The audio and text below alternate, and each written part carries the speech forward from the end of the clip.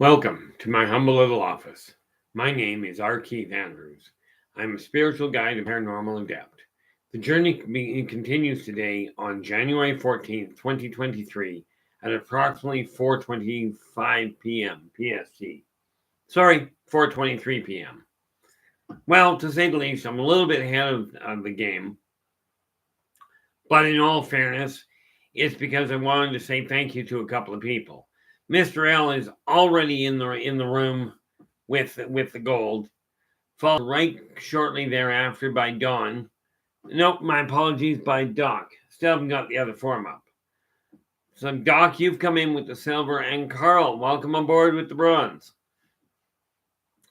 Yes, I had to shut down the other day. I had to drop a couple of stations I was supposed to be on. Heart attacks are a royal pain. Okay, so before I get into it, number one, feeling much better. I've got certain things on the go now. Okay, and here we have, who do we have here? Little Katie, welcome aboard. I am very happy to see you here. You come in with honorable mention, by the way, there, little Katie. What am I looking for here? Heart attacks are a very serious problem. In my case, I just happen to be used to them. That's just the way that life goes. Oh, look at that. It hasn't even come on yet. But I figured I'd come in and say hello early.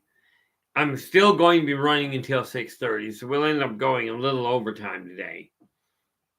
Okay. But, did I go to a doctor? No. In all fairness, I really didn't. The primary reason for that is I have a personal issue with them and certain complications I run into, and they can't keep up with it anyway. However, very serious little side note here. If you're having heart problems and you don't know exactly what you're doing with it, again, I don't mean you don't think you know, because many of you, if you're anything like me, you're stubborn as you can get, and you're going to look at the doctor and go, I'm having trouble, but I can deal with it on my own. This is not necessarily a good move. Okay, I have a reason to look at it that way. But you got to remember, by the time I was 5, I had already clinically died 3 times. That was my third time. And then I walked out of the morgue. I am a very long-standing, I've got a very long-standing understanding, agreement with death. He doesn't, she doesn't want me over there. God doesn't want me there, and Satan's afraid I'll take over. So I just keep getting sent back. Yes, I have a very light or a very dark way of looking at death. But the reality of it is, it's what I can work with, not necessarily what you can.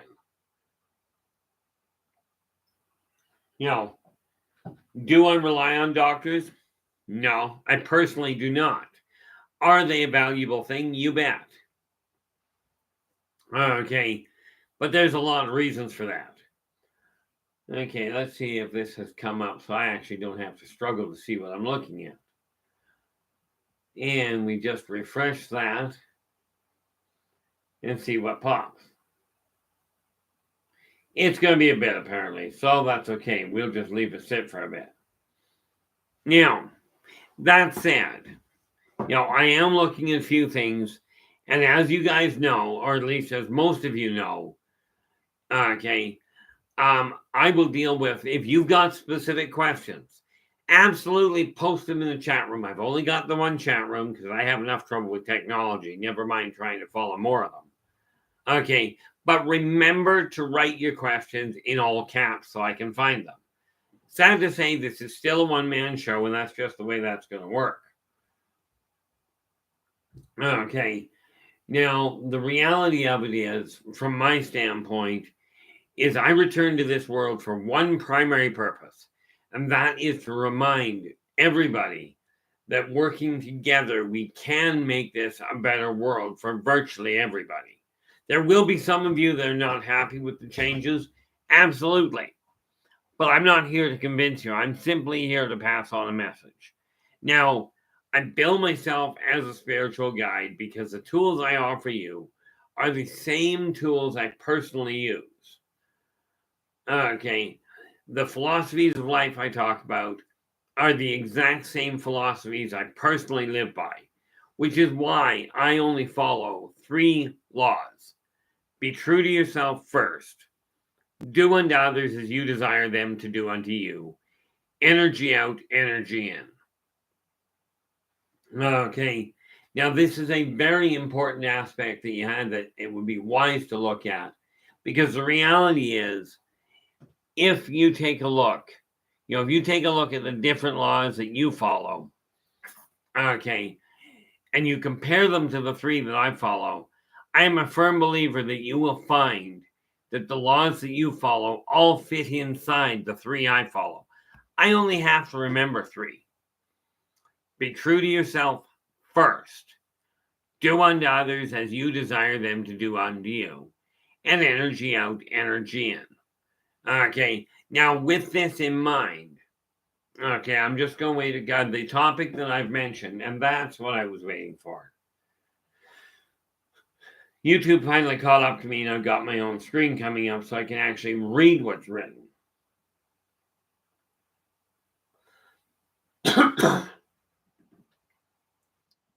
So we just kill off the volume, and now we're good.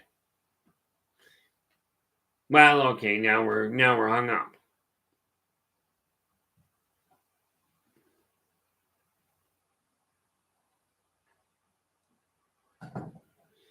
Now, I was asked, and I'm just going, there was one young lass yesterday asked if we could discuss soulmates.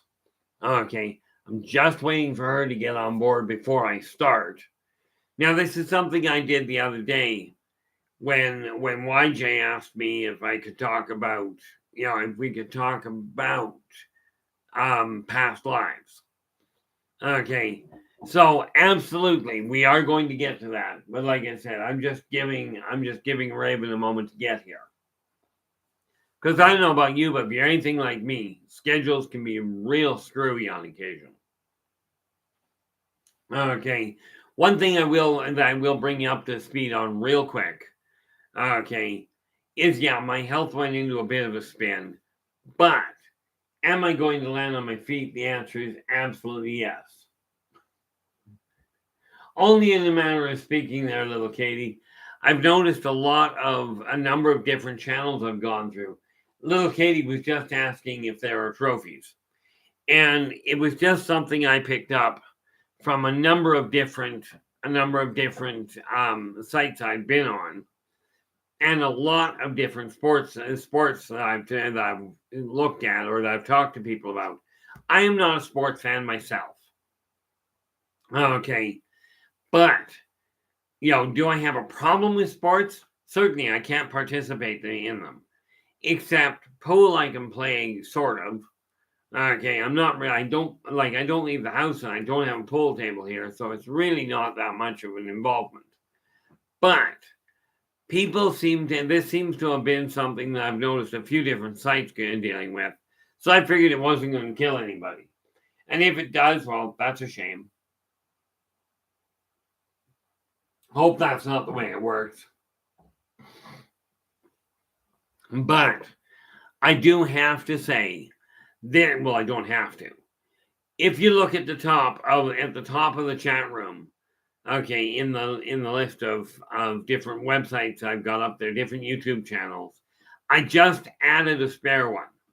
Okay, I just added a new one to Bigfoot Michigan Bob. Okay, I believe that's what it is. Yeah, Bigfoot Michigan. Okay, I've just added his website. And again, he's another individual that looks at Bigfoot and the cryptids and that sort of thing. Absolutely check it out. The reality is that there are over 8 billion people on the planet right now. Okay. And we're not showing any signs of slowing down. This said, I've only got 346 subscribers myself. This is nothing compared to the bigwigs. to the big players. Okay, but the fact of the matter is there are more than enough viewers to go around. Okay, so absolutely, if you like this stream, do give us a thumbs up.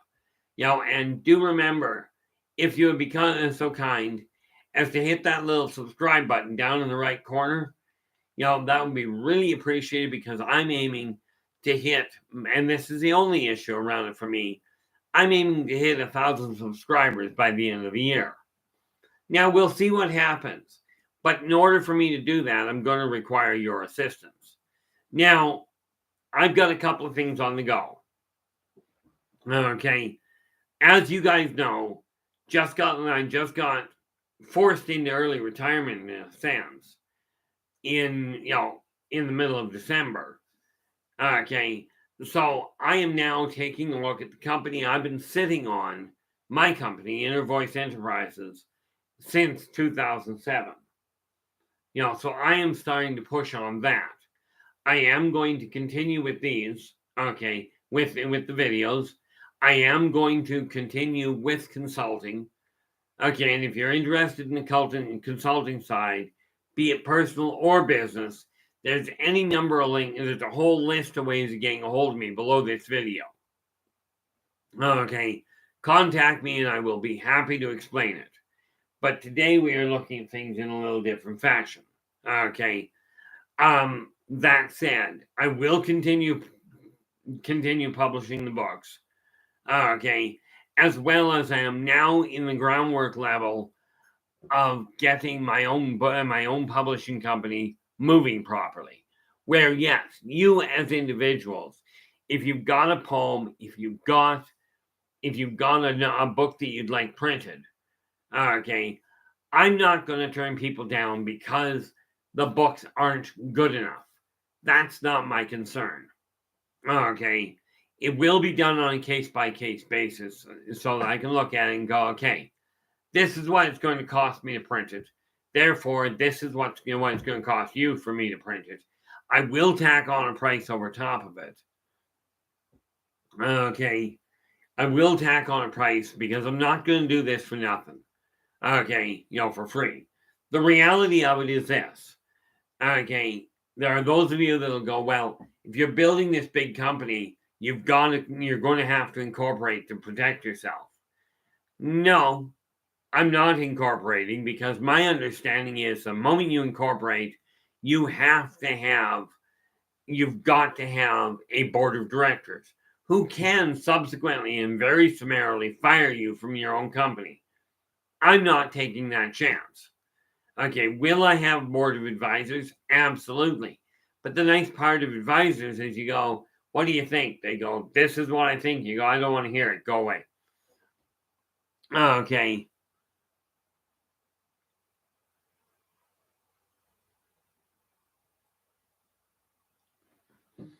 Just stop and read there.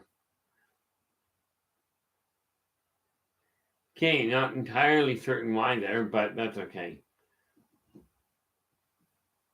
But I am going to be doing that. Obviously, if I'm going to open a publishing company, other people are going to if you're looking for editing, we will be able to help you with that. But that's going to cost more than just the publishing.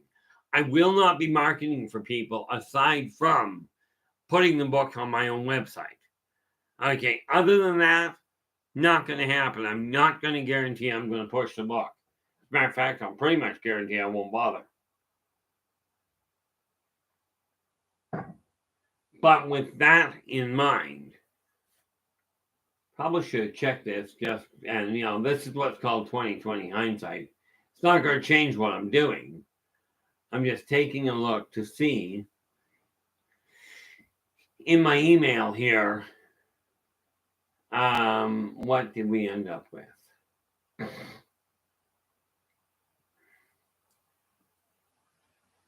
Okay. Oh, that's wrong. Need the other one. Okay. Going to that email. See if anything hopped all over the place. Nope. Okay, well, that being said, Let's leave that there and get back to here. Now, hopefully people are doing well. Okay, we got to remember, 2022 is behind us. Okay, and there is nothing you can do to change that. Okay. Nylock, that being said, and thank you so much for that question. The easiest way to do it from my end is, or from your end probably, is I do take PayPal, which goes through Inner Voice Enterprises at yahoo.ca. I had what is it called? Buy a coffee set up, but I have no idea why it doesn't seem to be doing anything.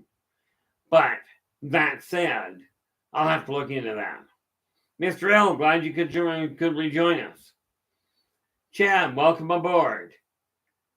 I have no idea what a Cash App is. You know, to be honest there, Nylock. No idea at all. Otherwise, I'd tell you. But these are things I am in the process of trying to figure out, is how to make this work a little better. Because I'll tell you, being unemployed adds a whole new dimension of the way that my world's been going. But here's the thing. Okay. I have trouble with modern technology. The advanced stuff I can explain. The old stuff I'm pretty comfortable with. Okay. Not in a trades department. I'm talking about in understanding what it does. Okay. So I don't know much about technology. And if you talk to anybody here that has ever talked to me, really, they'll vouch for it. I can scramble virtually any computer just by getting agitated. I'm actually really surprised this one's still running now. But we can safely thank Frank for that one. Well, there we go. But, and something has come to my attention. Okay. Oh, there you go, Chad. That's not a bad idea. I ended up making, for the first time in 30 years, I ended up making meatloaf today.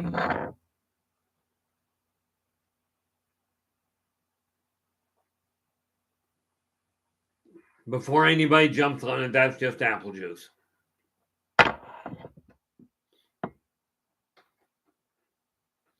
Now, that said, my memories, one of the reason I started this, I would go back over it when she gets here. I was hoping Raven would be on right away, but she apparently has been caught up.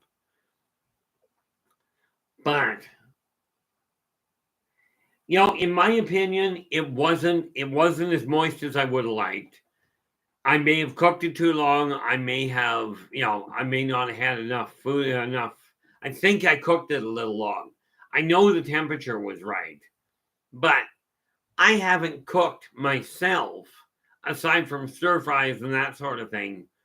Okay. Like I said, in probably 30 years. But at least it wasn't burnt. Okay. So, not a bad setup.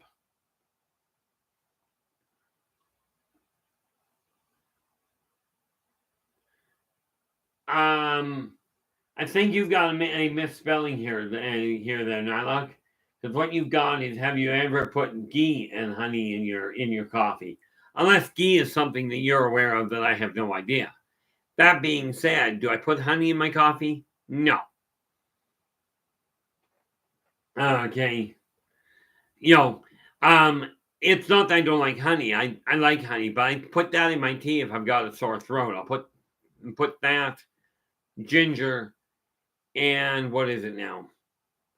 Put the tea, a little bit of ginger, a little bit of lemon, and a little bit of honey if I've got a sore throat. Which, by the way, I just don't tend to get. Oh, then no, I appreciate your clearing that up for me, Nylock. The reality is, where it comes to coffee, when I started drinking coffee, I used to, first and foremost, I used to use cream in my coffee, but I backed it off. My coffee is absolutely black. As for any sort of a special diet, I'm very picky. If it's not moving, it's probably fair game, depending on textures.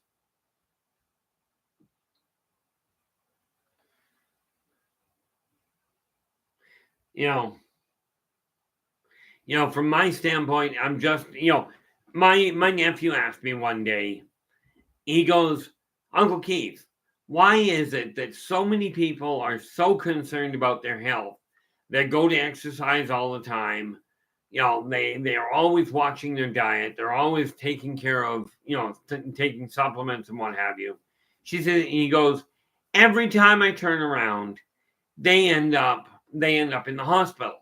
He says, I look at you, Uncle Keith, and you don't pay attention to what you're eating. You certainly don't go out of your way to take care of your health, and yet you never get ill. Why not? I said, simple for me. And so I don't have time for it. So I now have a friend of mine is making me hawthorn berry syrup for my heart. And like he does it himself, so I don't even get all the excess additions. Yeah, my blood pressure, when it gets out of hand, I just focus for a minute and bring it back down to normal. My dad used to actually do that while he was attached to the blood pressure machine. The doctor would go, Mr. Andrews, your blood pressure is a little high. And he'd go, oh, I'm sorry. And right then he'd drop it 30 points. I'm not that fast. But the reality is I remember things and how to do things from literally centuries back. Okay. So, I mean, we're talking about things that you now do understand. Everything that I pull off, everything I do, you can do and more. The problem is you've got to first and foremost believe it's possible. Okay. Congratulations on the lack of pills for your blood pressure there, Mr. L. That is an excellent thing. I'm a firm believer if you can avoid medication, and I do mean if you can avoid it and still maintain your health, absolutely do so. Okay. But most of you relying on prescription drugs is what's keeping you breathing. And as long as you're breathing, you've got the opportunity of changing things. Okay. Most people cannot. Okay. In my case, I'm bringing my sleep back down. Last night I got about 5 hours of sleep. Night before, I only got 3. So I'm bringing my sleep back down to a functional level. But for me, that is normal. Okay. Now, the reality of it is, when we're looking at the whole issue of health, first rule of thumb, you have to believe it's possible first. Travis, welcome aboard. Glad you could join us. And we are sitting at 4:46. So we will have to catch Raven up a little later. But I did say I was here to talk about souls, soulmates, life mates, and that sort of thing. And I forgot to grab one thing, of course. Now, welcome to the way my brain doesn't work. Where is it? I'm not actually leaving, by the way. So much as just walking over here. Close that up.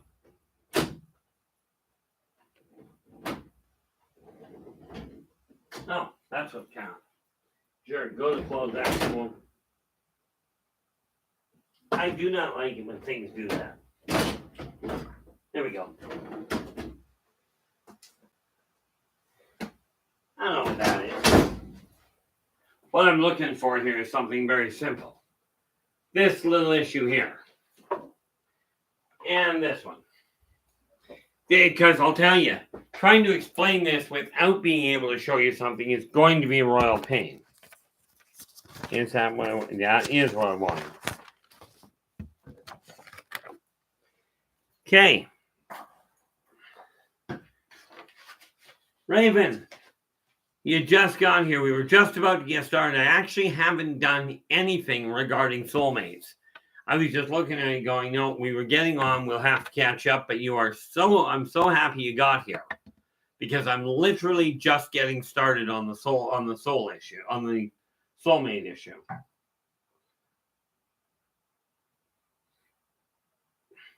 Tony, welcome aboard. Glad you could join us. Now we are going to have to, well, you don't have to. Just be forewarned. My artistic capacity is absolutely pathetic in my eyes. Okay. But we go back, way back to the beginning, and we've got to go back to why I know what soulmates are and how they come about. Okay. Way back, if we go back to before anything existed that you're aware of. Okay. There was a breach made, and an individual came through and released 12 people. Basically, we are talking about the 12 people that occupied the 12 dimensions. Okay. Every one of these guys, guys or girls, in all fairness, they did not have a gender. Okay. They were just beings. Okay. Male, female, and neutral. Okay. But when the gap was made, and I'll show you this in a second, because I am not going to try and do this without being able to see it. Okay, but we had 12 identical individuals.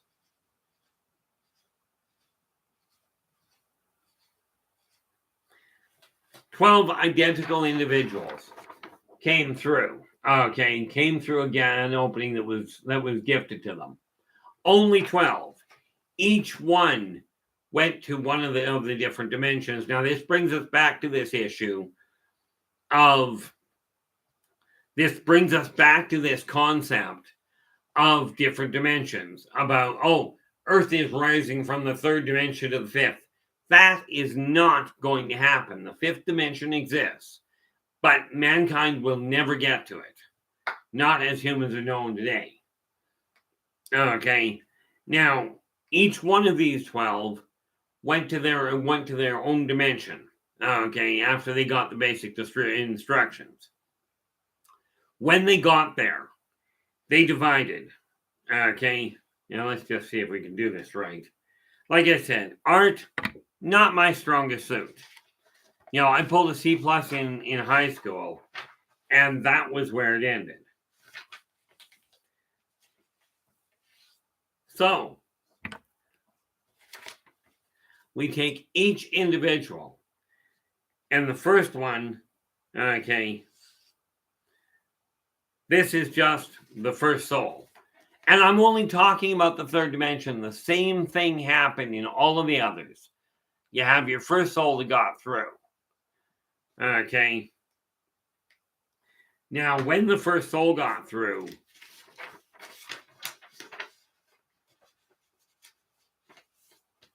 it divided. Where did I just put that? There it is.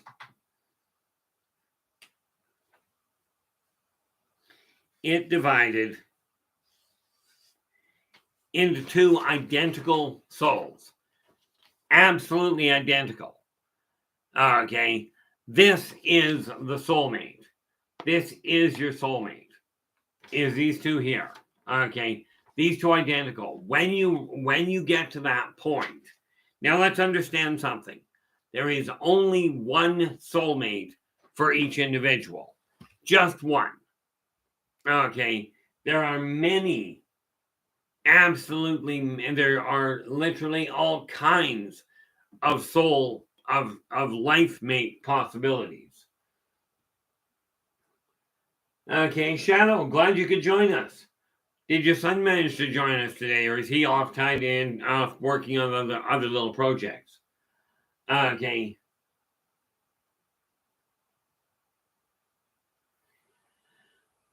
Mr. L, in all fairness, as far as that goes, what I found, and I don't doubt that works for a lot of people. Okay. I don't know what CoQ10 is. Okay. What I do know is I personally prefer to go with the actual herbs themselves, or with the foods themselves that contain them. And yes, I do not get me wrong. I do agree with using what I call health food or medication, pharmaceutical assistance. Okay, it's kind of for me. I look at it kind of like I look at it kind of like a crutch if you break your leg. Okay, but when you've got the two souls here, when you get that first split, this is your soulmate. That's the only one you get. Okay, but now we take that soulmate and we just draw it on this side.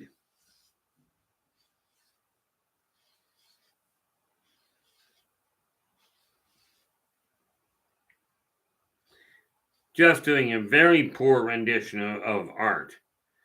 Okay, and this is why I say I am not an art critic.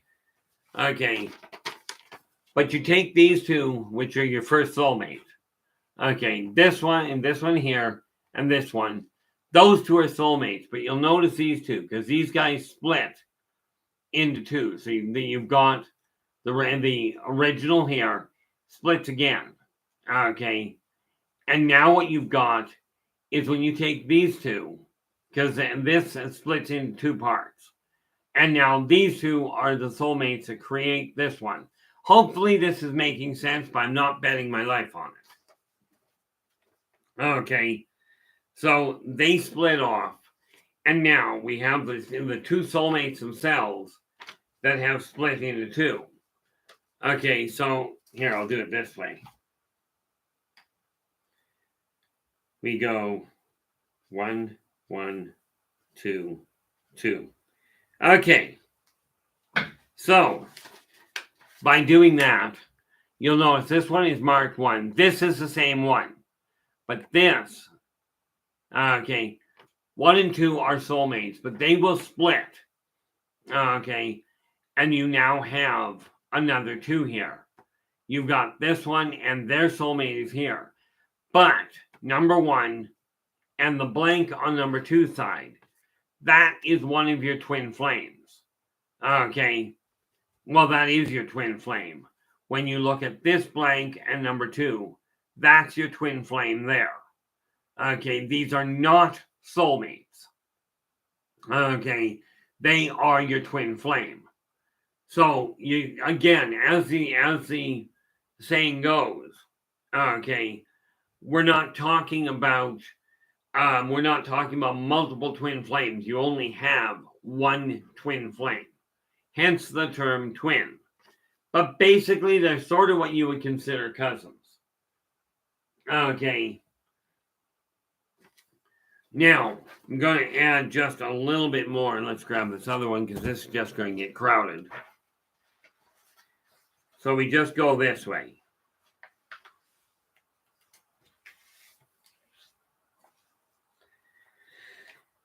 And we take the first soul splits, and you have those two. They split to become 2 more. Okay. Those ones split to become another 2. I'll show you this in just half a second.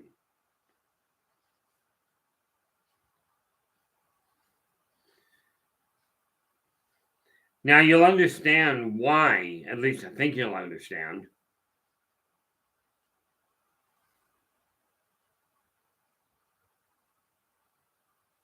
Okay. Now, you'll notice we've got the soulmate, which are these two. Okay. Those two are the soulmate. Then you've got the carry down, and you get them splitting again. Okay. And this blank here and 2 are twin flames. When you take a look at this blank and number 1, these are twin flames. And again, you only have one twin flame a piece. But when we take a look at this, okay, and I'll just do it around the 1. Actually, technically around the 2.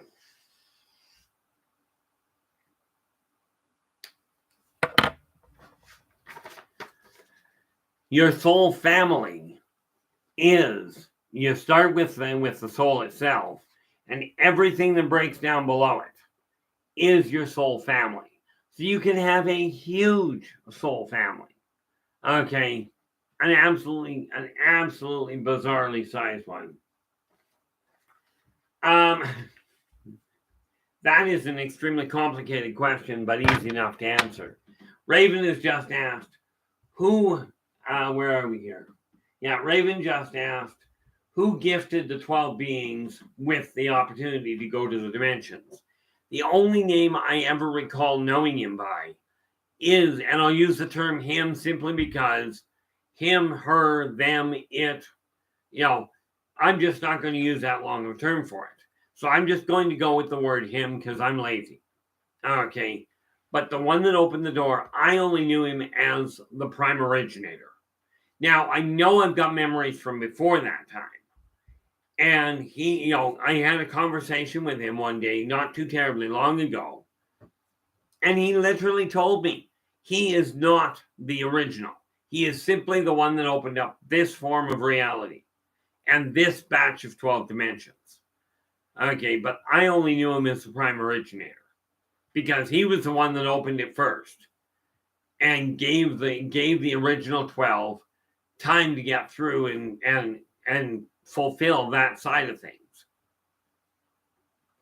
Okay, but do I have a name for him? I call him the prime originator because, well, he was the first one to open the gate. Actually, in all fairness, I've known him called the prime originator. Myself, I refer to him as God. Okay.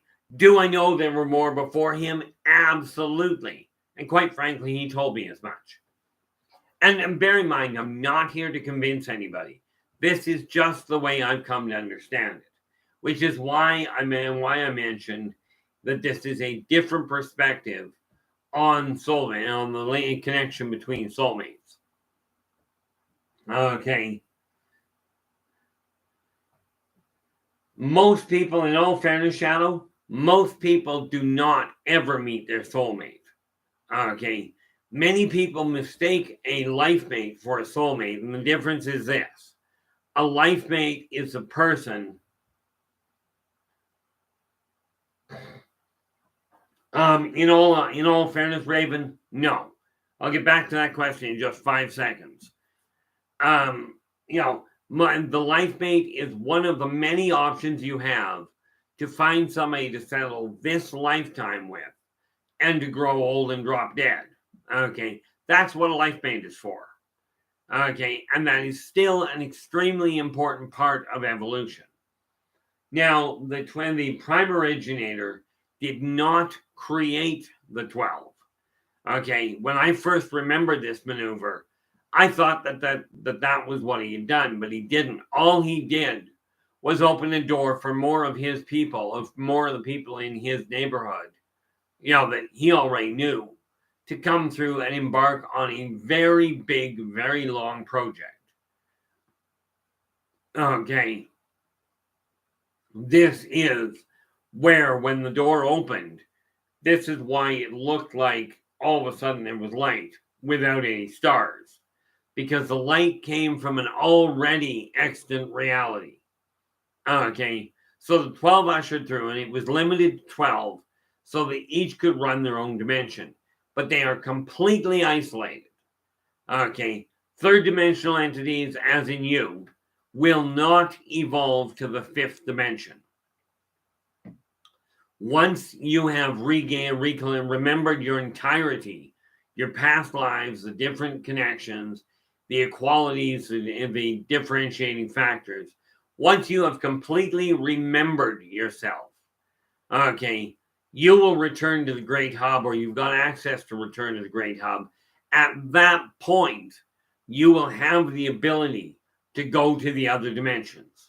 Now, this is a very different concept than going to a different dimension or a different vibratory rate. Right now, you can modify your vibratory rate to go and see beyond the physical world. Okay, not beyond the temporal one. Okay, you're still stuck with forward moving time.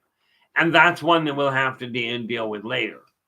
But the one if you will, God, prime originator, whoever you want to call it, whatever name you want to tag on it is up to you. Okay.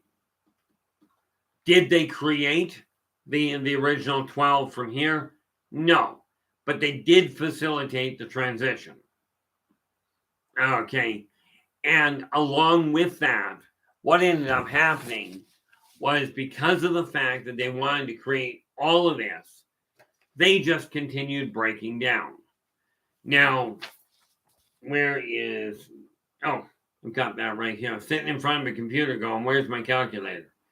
We'll just do it this way because it should work a little easier. There we go.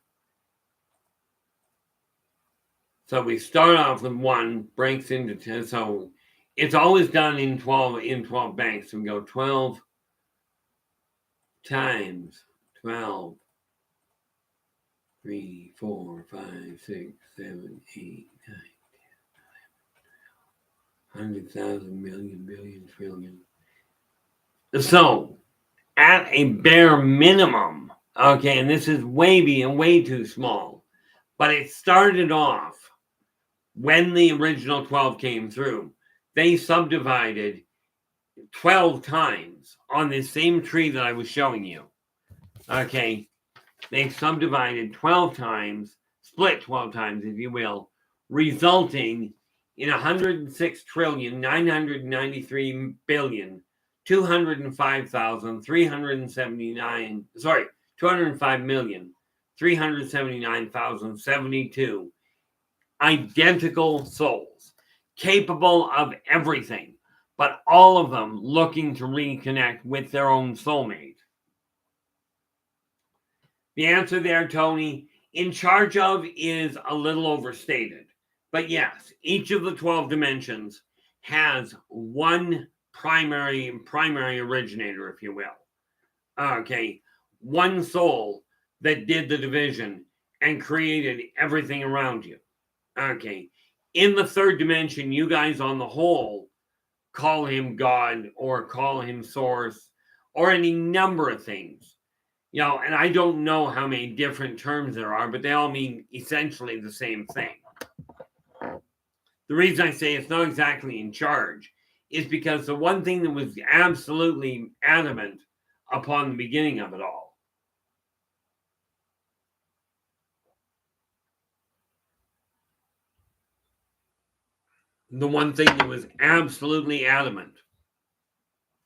was every individual had to be given free will, freedom of choice, but not freedom from consequence.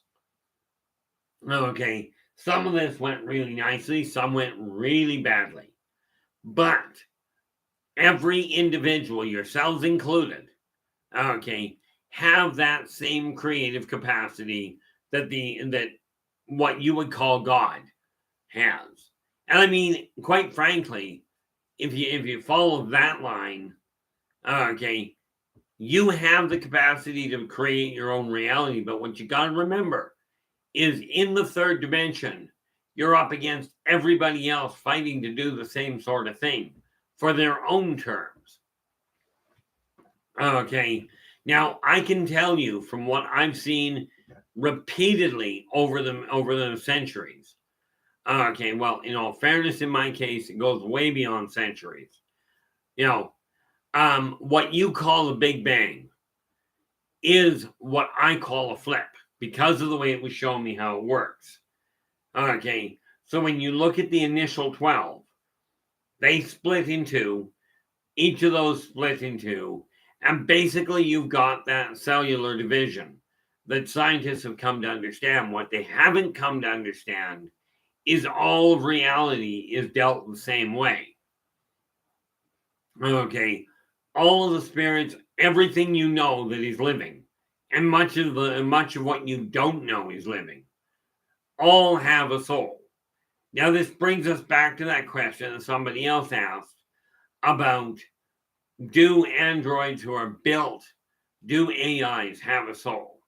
And the answer is, frankly, no. Okay. Now there are robotic entities that do. Okay. But the androids that humans are building are mechanical constructs that, although they may be being taught how to emulate emotion, they themselves don't have a soul. This does not make them less valuable. Okay, but you got to remember, whether they're taught how to analyze, taught how to think or not, doesn't matter. We're dealing with a tool. We are dealing with a technological construct. Now, you have the capacity to change your world as you desire. Okay, these people in what we call the soul family, these are the ones that across the lifetimes you'll come to meet. And some people you'll notice you get along with really well. You just click, and you know there's a special connection. Okay, these are not always soulmates. Matter of fact, they're not even always soul families. Okay, but they are valuable additions to you remembering who and what you are. Okay. Well, thank you so much there, Chad. One day, if I ever get down to see you, we'll have to do that in real life. Which brings me to that other point, which is a complete sidetrack, and I apologize for that.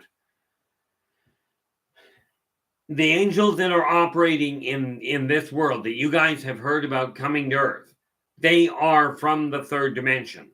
Okay, these are your angelos. Okay. That I won't argue with you there, Chad. The angelos, or what you know as angels, are third dimensional entities. Okay, but they do not come from Earth. Okay, they simply manifest in a form that you can recognize.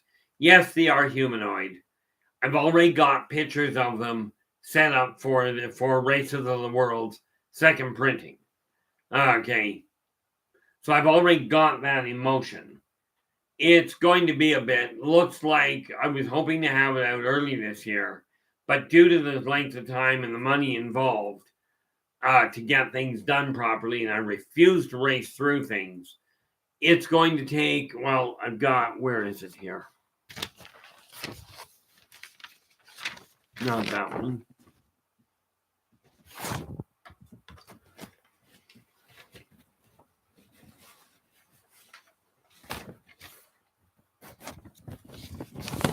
What I'm doing is actually looking for, nope, not that. Looking for the actual list I put together. And would you know it, it's not going to be readily available. Of course not. Why would we have something readily available? You know, you'd think I'd be organized by now, but if you've noticed, I'm not. Where did it go? That is an excellent question. And since I don't know right offhand where it went, I'm just not going to beat myself black and blue over it. But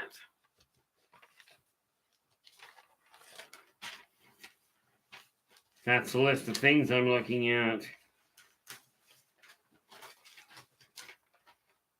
Nope, not there.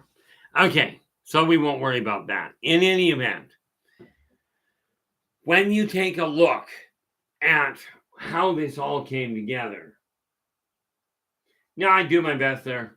You know, this is one of the things I had to learn, and you guys have been phenomenally helpful in helping me stay focused on things. You know, Tony's just saying not to stress.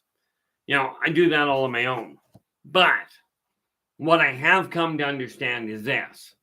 When you have a soulmate, when it finally connects and you finally know the person, number one, that soulmate, you may never connect with them in the physical world. Okay.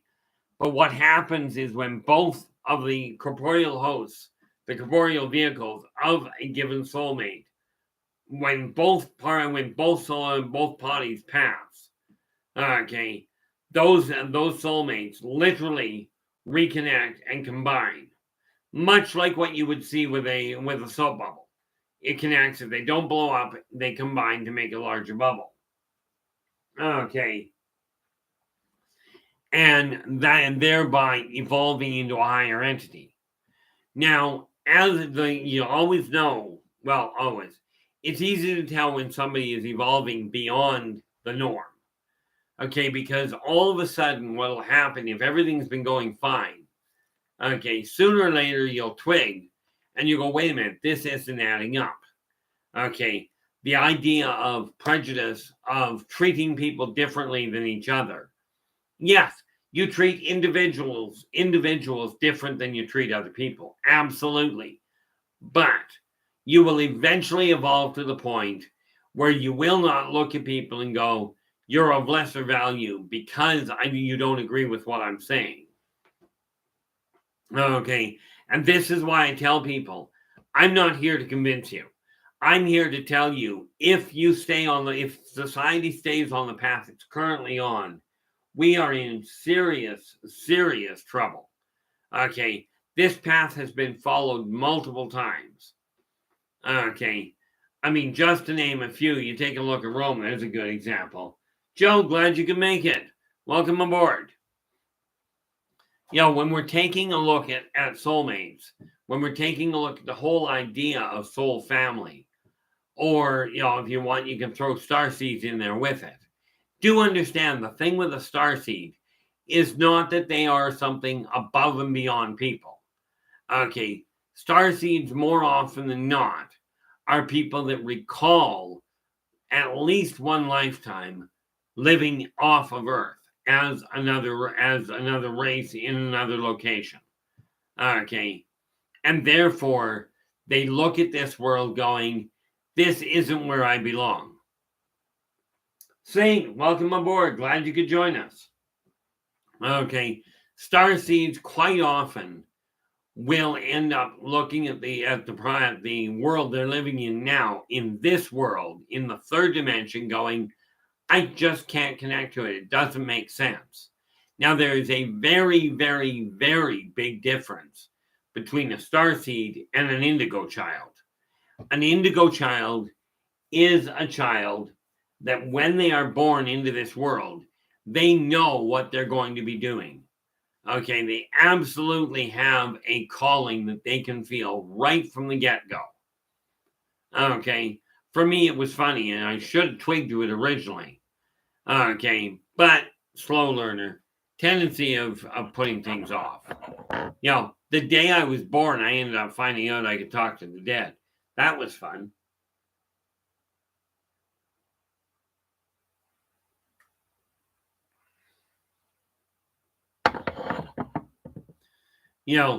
My dad used to say the one thing that worried him about me regarding the whole concept of the metaphysical world is I've got no fear of it at all.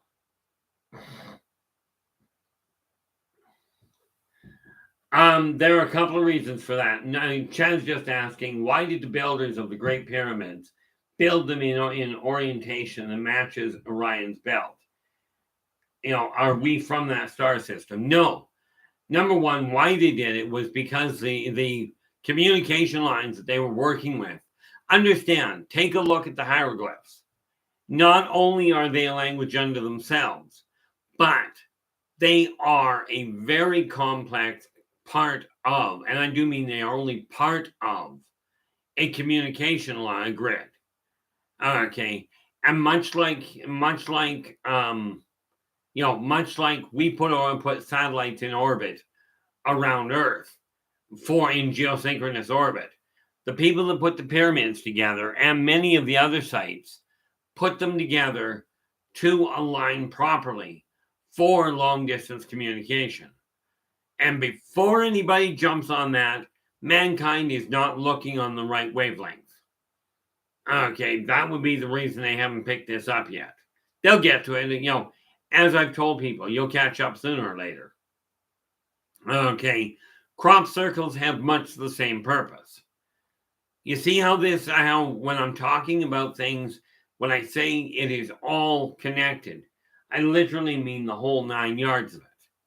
But jumping ahead a little, mankind was built here on Earth from the very dirt that Earth is. Okay.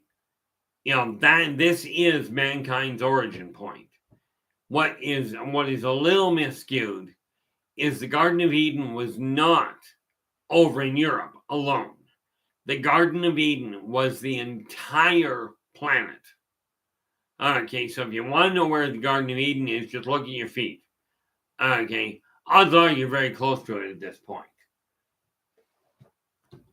But no, this was not an experiment per se, not the way that most people refer to it. Okay.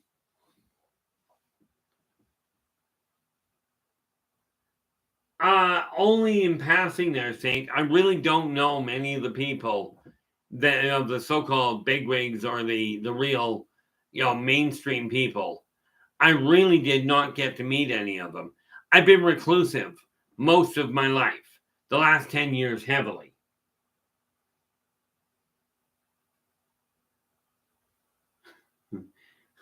Joe, I wish I could give you a more solid answer than this.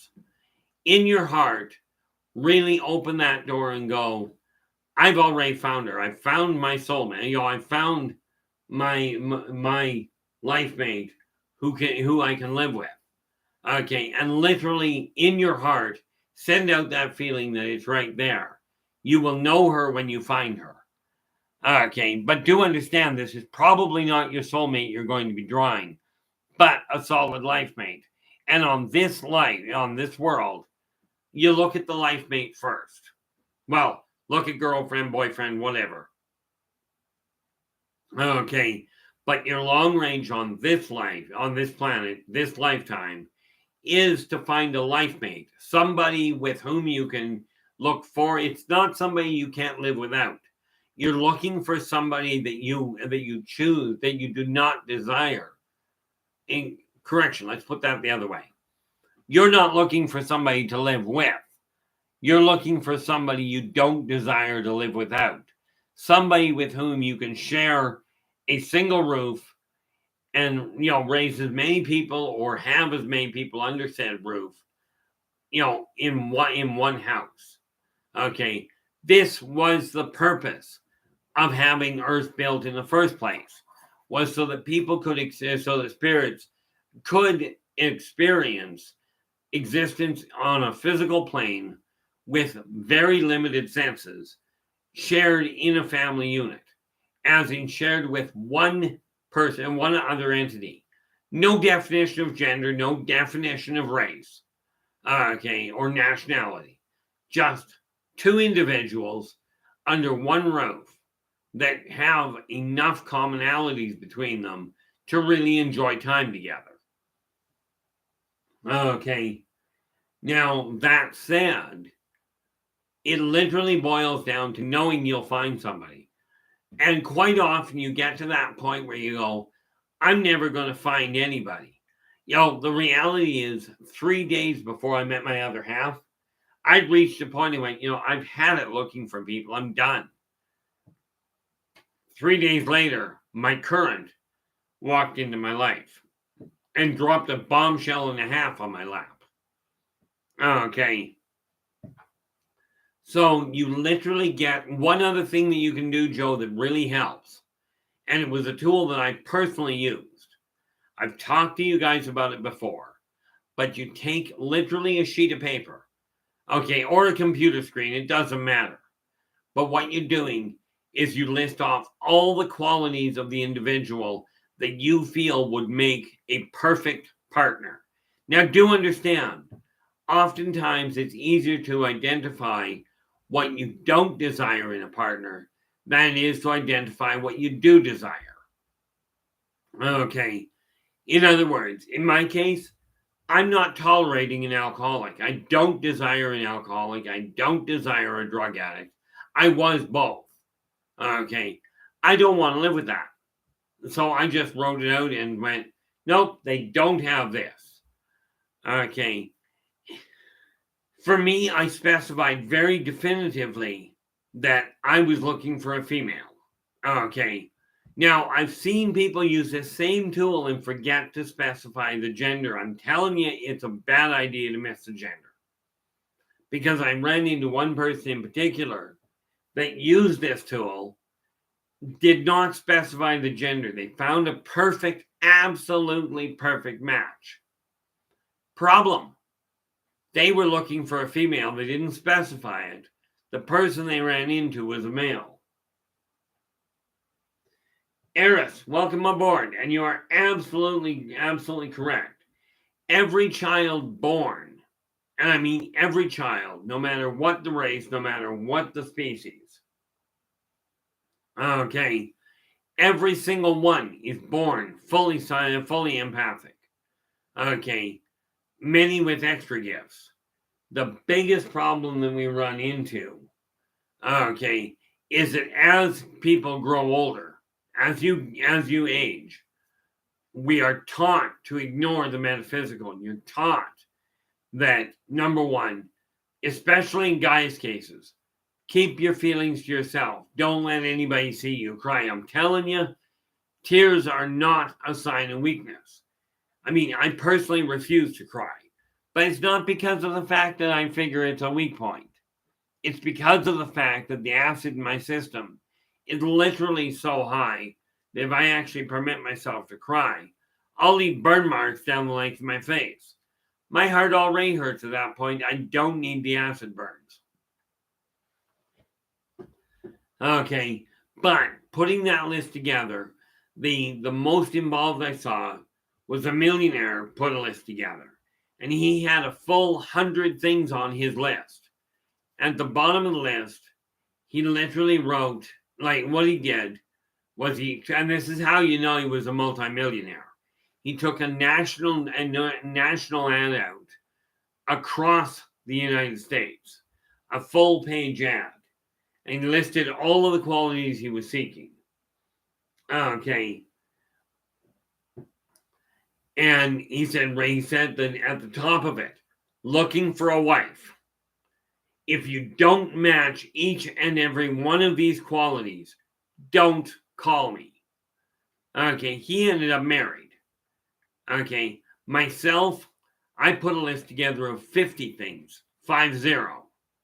Okay, I've got the partner I'm going to end up marrying, given that she says yes.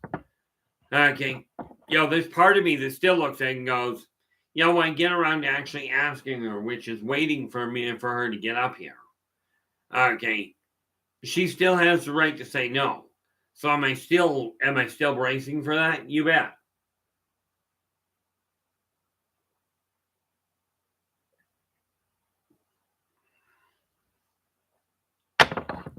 But by putting that list together, that will help draw it to you. And understand something. You don't have to take that list and show it to anybody. Write the list, put it away, out of sight. Okay, once it's written, you're done. I do recommend you go back every now and then and look at it to make sure that it still fits with what you're seeking. Okay, thank you so much for that, YJ. I appreciate that. Sometimes as you get older, some things will seem more important at the early stages and become less important as you go along. Or maybe you run into a situation where all of a sudden something you thought was worded right, you find wasn't. Okay, so absolutely it is up to modification. Nothing is written in stone regarding the future. Okay, it's only written in stone once it has happened. That's still the way it works. But soulmates are something that very few people actually meet on this, on this world. Most of them will cross. I should say, very few actually end up becoming partners in life. Very few do. Quite often, you'll find what you call a best friend is actually a soulmate or a close member of your soul family. If you look at this, okay, if we show you this one again, if this is you and you meet this person way down here, a couple of decks down, this may become a life mate. You may end up connecting with them and joining with them at some future time. But understand, this person this is soul family. And unlike corporeal life forms, dating a member of your family is not a problem when we're talking soul. Okay. But, and bear in mind, this spans down, like I said, 12 decks. Well, I'm not about to try and draw that out. Because, like I said, when you take this down to the bottom row, at the bare minimum, you're looking at 106 trillion people. I'm not drawing 106 trillion circles for anybody.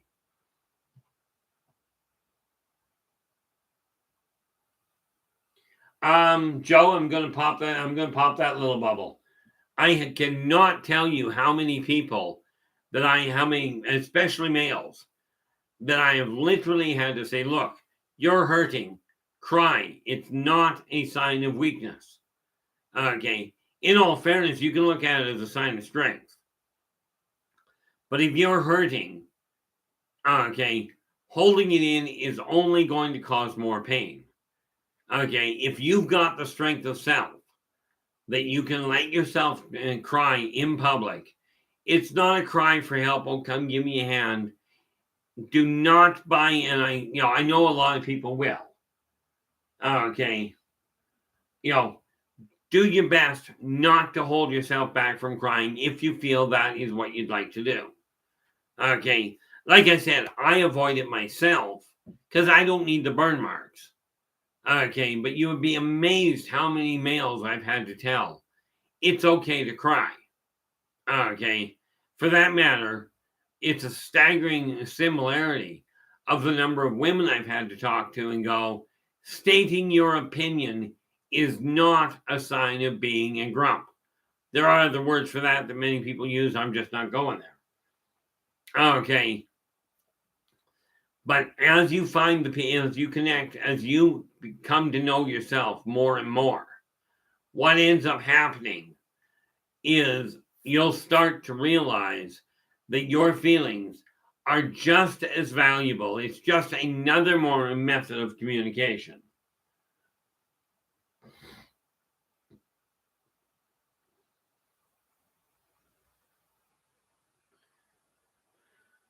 Well, ultimately, yeah. I mean, it's kind of like trying to get if you're a hunter, and some of you are.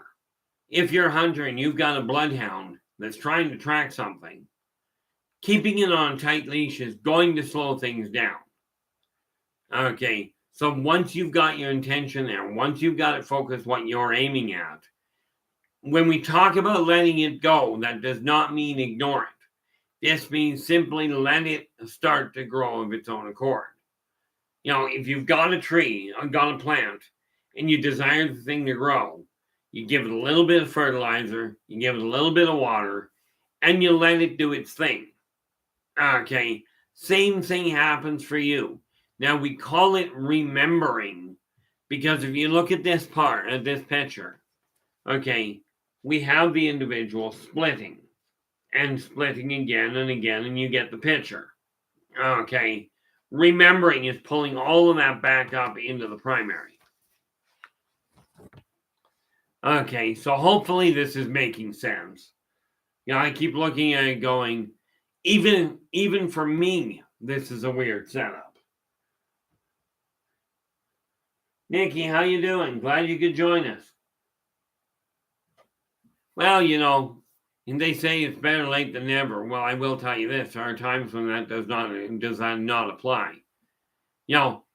It was absolutely, sometimes, like for instance, if you're in the downtown part of the city, you were late. Well, Sodom and Gomorrah was another good one. It really is a case of being late to get someplace sometimes can be problematic. Okay. If you're late getting out of a building that's scheduled for demolitions, I can see there being complications. Okay. If you're late trying to get to a plane that's taking off, good luck catching up. But where it comes to the soulmate, time doesn't, it works the same way. We just don't register it the same way.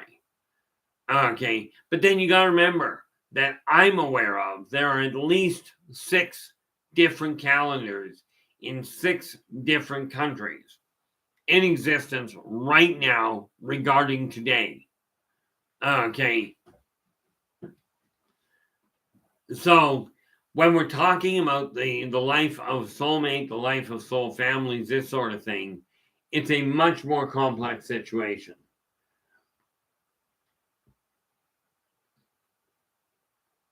Well, a soul saver, the terminology isn't bad. It's not so much a saver as a retriever. Okay, as in helping people stabilize on their own path. And that's not a bad term. Okay, basically it boils down to a compliment. Okay, the reality is we're all supposed to be helping each other.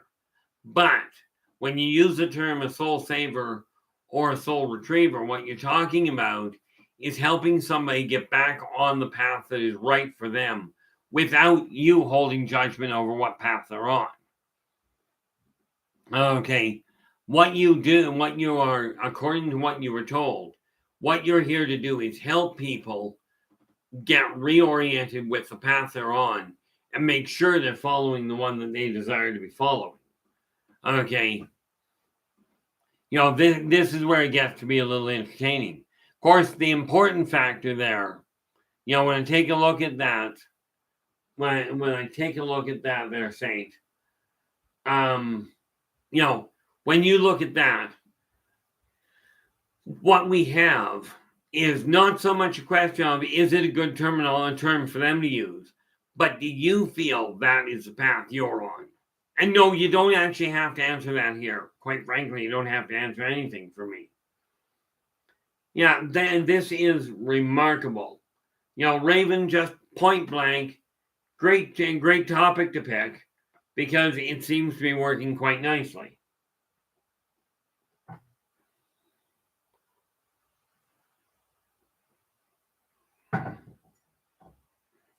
But yeah, when somebody gives you a term, excellent, Saint, and absolutely go into as much detail. The more senses you can involve when you're writing, the more attention it's going to get people. That it's going to give people. Okay, and that's because the more senses that are involved when you're trying to write something, or when you are writing it, the more you'll be able to catch their attention. Okay, that's one of the critical factors that we have to look at. And to be blunt, maybe it's a little self-serving on my part. Okay, but as soon as I've got the information in place that I need and have tracked down what I require, when I go to open my own publishing company and really start moving with it, it's books like that. I'm not going to look at, did you write it absolutely perfectly? Does it agree with what I'm saying? That's not what I'm going to be looking at. It'll simply be, is it written to your satisfaction? Does it avoid certain genres that I just won't be publishing?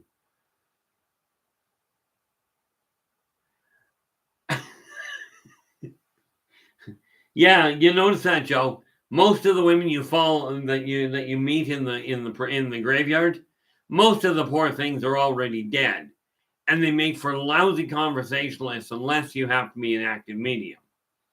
And I'm betting dollars to donuts you're not. But no, cemeteries are not a good meeting place for most women. Okay, but then again, a bar is a lousy meeting place for most men. Or women for that matter.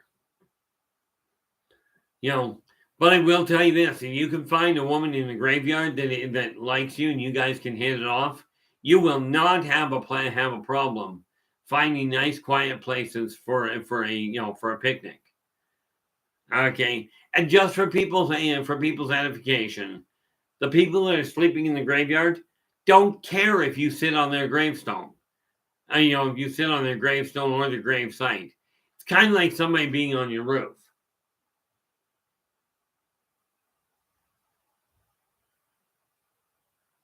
Oh, heavens no. No, Saint. If you're a soul saver, this does not mean you won't find somebody place. Somebody you won't find a life mate. Quite frankly, all it means is that you're likely to end up with pretty much anybody talking to you about what they're going through and you feeling compelled to give them guidance, not get up and take care of them. This does not mean you will be left on your own. The one thing you will find with a partner that comes to you, with you being a soul saver, is that they will already know who they are.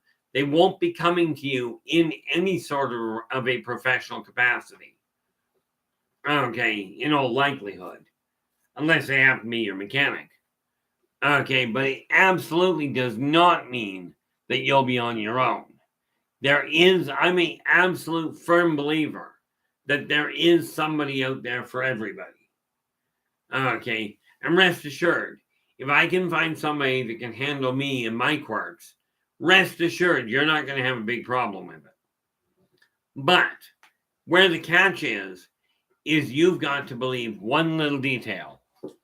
Okay, I'm pretty certain I've shown this to you before. This. You have to believe this. Okay. If you do believe this, you've got it made already.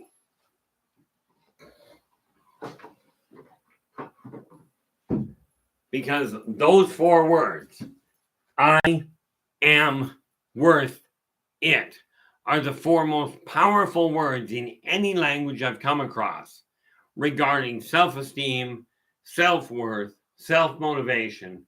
You get the idea.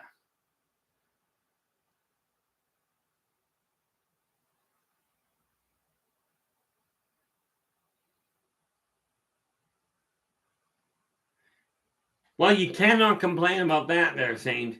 And honestly, that right there, I mean, I really feel for you. It's a very special feeling to say, hey, I've got somebody that as I get older, I've got somebody that I can grow old with, that I can share my life with. All aspects of your life. Okay.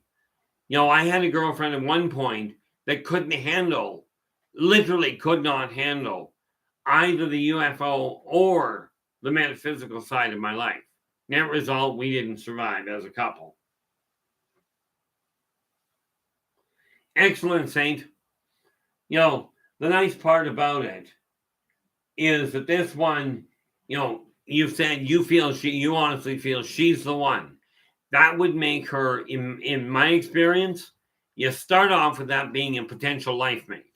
If she feels the same way about you being the one for her, we start with the concept of that being a life mate. Okay. You may find as time goes on, usually what I find with soulmates is it's like, yeah, I know that's the one I'm connected to. I know why I'm connected, etc. Only it's a two-way street. Okay, and it's an absolute knowing. It goes way beyond logic, way beyond emotion. Okay. One of the things, Joe, depending on the type of person you are, I will tell you, dating sites do work, but you got to remember, all that is for is to open the door. That's all it's for. You still have to go through the legwork of meeting the person and getting to know them as an individual outside of cyberspace. Okay, but it does work quite nicely.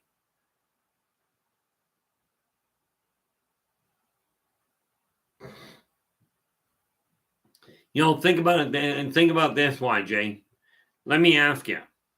Okay, I have regular heart attacks.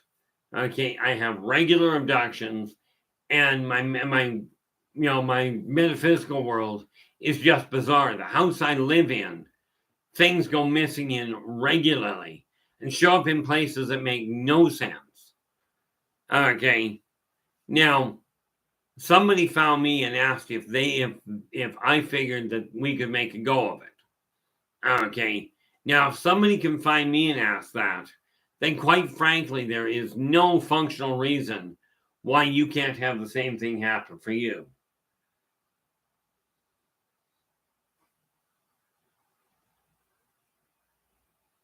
That's excellent.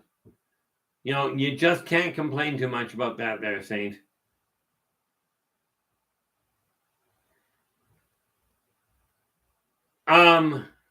The answer there, quite frankly, Raven, from what I've seen in astrological birth charts, the answer is no. Okay. Because you got to remember, a birth chart only covers, the way it was explained to me, was a birth chart literally gives you a report card of the tools you're coming in with from your last life, not from the 1700 lives you've had before. And that's where you'll find the information of the soulmate. Okay. It's a much more intricate knowing. Okay. There are aspects in a natal chart that can tell you if you're functionally compatible for a relationship. Okay. But they are not actual planets. Okay. They're asteroids that you look at. Oh, the day you're born absolutely holds value there, Saint. It absolutely holds value. The day you're born, the location, not so much. Aside from it'll tell you what kind of life you grew up in. But the birth day can make a great deal of difference. But understand, the fact that you're born on a given day does not categorically mean you will not get along with the opposite sign. People say, like I'm Taurian, and people say if you're Taurian, you cannot get along with a Scorpio, with your polar opposite. If that were the case, you're talking about 1/6 of the planet that will never see eye to eye. Okay. The day matters. Here's why the place doesn't matter as much as you might think there, YJ. Okay. First and foremost, when you're looking at the location, all the other planets travel hundreds of thousands of miles. Okay. The furthest you can be off track with anywhere on Earth is approximately 8,000 miles, not hundreds of thousands. Okay. I mean, let's face it, from the Earth to the moon, you're looking at 90, from the Earth to the moon, if I remember correctly, you're looking at 93,000 miles. I think that's what it is, but I'm not an astronomer, so don't quote me on that. Okay. But the day you were born does make a difference because it has a whole lot to do with planetary alignment and also solar alignment. Okay. Now, right off the bat there, okay, if I'm taking a look at your birthday there, Saint, born in April, first and foremost, we look at the month, okay, which is a foundation month. This is likely to give you a very grounded approach. Okay, being born, depending on the year, and I have to double check, and as a matter of fact, I'm just going to take a half a moment out and bear with me on this one. This funny little book will tell me what I'm looking for. And no, I'm not going to look up your ascendant, so forget that noise. Where are we here? April 20th. Okay. Of 78. So I just scan in here and we go April 20th. Couple of things to keep in mind right off the bat. Okay. April 20th in 78 means you're born on the cusp. You're Taurian. Okay. As a sun sign goes, you're born Taurus. So am I. I'm just born a little later. Okay. But Taurus, it's funny I should mention Taurus and then the Scorpio. According to most astrologers, if you're Taurian, you're going to have a problem with Scorpios across the board. This is not the case. Okay. There are a lot of reasons for that. But right off the bat, and just since I've got this open, this brings the other thing to mind. When you were born, keep having to take that off because I can't see. When you were born, April, Where is it here?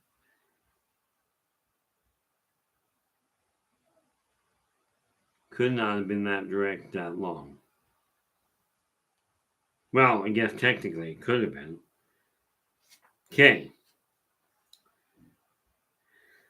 Boy, Mercury spent a lot of time going forward, way back in 78. But the fact is, according to this book, your Mercury was direct, which means, in your case, Mercury going retrograde could create some interesting complications. Okay. And again, like time itself, the actual time isn't as big an issue as from what I've found. What I do if somebody doesn't know the time is I look at it and just go 6 o'clock in the morning. Okay, is when I run it. Okay, as far as the time goes, simply to give a way to hook there.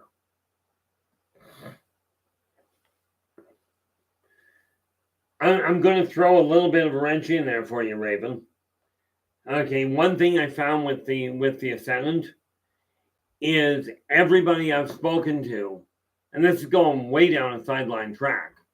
Every astrologer I've spoken to does the same thing. They calculate the transition of the planets going counterclockwise to figure out where they are. Okay, to figure out when you get into a different sign.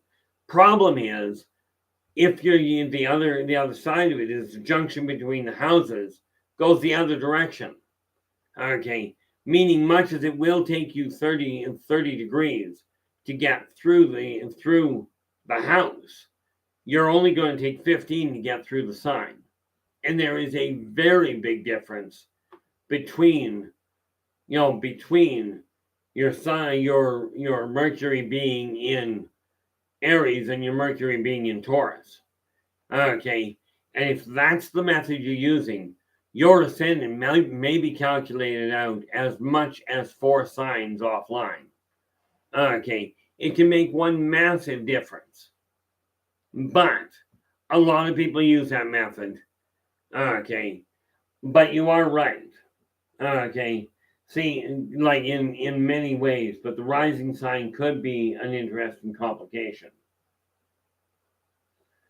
Okay, now all in all, and that when we start looking for a partner to connect with, most of the time you will be able to connect on virtually every level, though there will be certain discrepancies that you won't, they will be very opposite to what the other person went through. Okay, but a soulmate again there's only one soulmate per person. Okay, a double Pisces just means that, you are very likely, if you're double Pisces, okay, you're looking at a situation where not only are you able to see the changes at the end, you'll feel them because it just hits you with a double whammy. Kind of like a double Aries. Talk about headstrong. Okay, in my case, I've got a really neat situation. I've got a Grand Cross in fixed signs. Okay, which is what that is 2 planets in opposition this way, 2 planets in opposition this way, and all of them squared off with the others. So I mean, and these are things that, by the way, as you become more and more reconnected with yourself, okay, these abilities become stronger and stronger. Okay, and as they get stronger, you'll remember more of you and you'll find it easier to draw a true soulmate to you. In the meantime, especially with this lifetime, open the door and let a life mate find you so that you can have somebody right there to share this life with you. This is what life on Earth is sharing a life with a compatible partner. You get to pick the gender, you get to pick you get to pick the species, however you want to play it. Okay, but the idea is to experience life in a contained environment. And much like the world at large, if you can get your home running smoothly, it will make it so much easier to interact with the people outside your home. Okay, but again, we have one soulmate, one twin flame, and an absolutely humongous soul family. Okay, and bear in mind, soul families, much like bloodline families, do not always get along.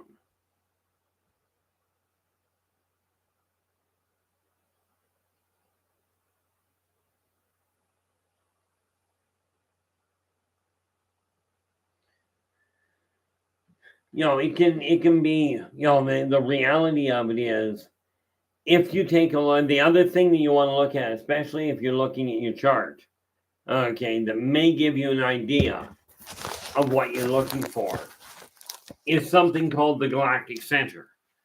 Okay, that's your relative position to it. Okay, and again, I got told if I don't do things by memory with astrology, that I'm not a professional at it. And I know you can't read the numbers, but those are all numbers for 4 months, every day of the week, for all of the planets. Well, for most of the planets. There are planets, by the way, Raven, that you're not aware of, I suspect. Okay, but that is a discussion for another day, as far as the idiosyncrasies and the hiccups with the complications I've run into. Okay, there are some discrepancies in astrology, in numerology, that I found major hiccups, which is why I turned to what I call universal astrology, or base 12, or universal numerology, or base 12, because there are complications that don't make functional sense in standard Pythagorean numerology. Okay, the neat part about it is, as you come to understand the discrepancies and as you come to understand where they are, okay, you get to understand yourself more. What you'll find is the whole world makes a lot more sense to you. This is why I'm looking at the world going, okay, and here's the hiccup that some of you are not going to like. Okay.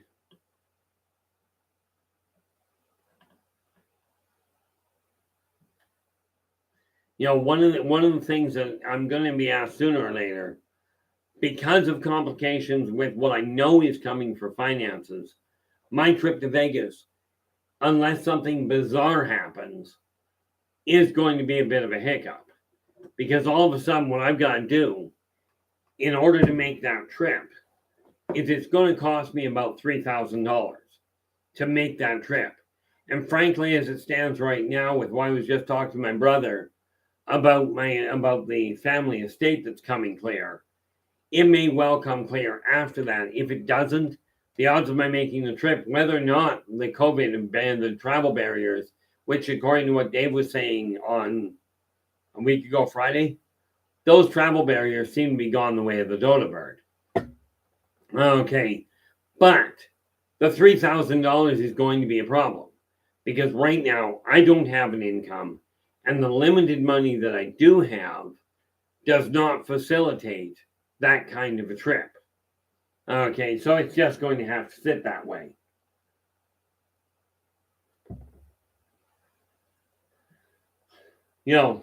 The neat little part about it, and the neat little part about the situation is, do I know what my intentions are? You bet. This is one of the reasons why I'm focusing on the here and now. And where it comes to the whole soul thing, your soulmate thing. Okay, knowing who you are here, knowing what makes you content, not what makes you better than other people or what makes you worse than other people, but what makes you content. The more you're aware of that, the easier it will be to find yourself, to find a life mate that you can enjoy time with. Okay, it may not be your soulmate that you run into right off the bat. That's just the reality behind it. Okay, so hopefully this is making sense as far as the connection. There's a lot of people out there that all belong to the same soul family. But understand, and this is where it gets really screwy. Okay, when we're talking about the soul, we are not talking about, I mentioned the number 8 billion people. Bad news. Okay, put that in perspective. Yeah, there's just over 8 billion people. But trees have a soul, rocks have a soul, even bodies of water have a soul. And these are all things that a soul may choose to manifest in for a lifetime, the lifetime of that particular animal or particular plant. Okay, so we are talking about way, way, way more than 106 trillion souls. Because let's not forget, we are not talking about only on this planet. Okay. Yeah, yours, in all fairness, Raven, when you meet your soulmate, evolutionarily speaking, they will be your equal. They will be your mirror. You'll be able to connect in ways that you never even thought possible.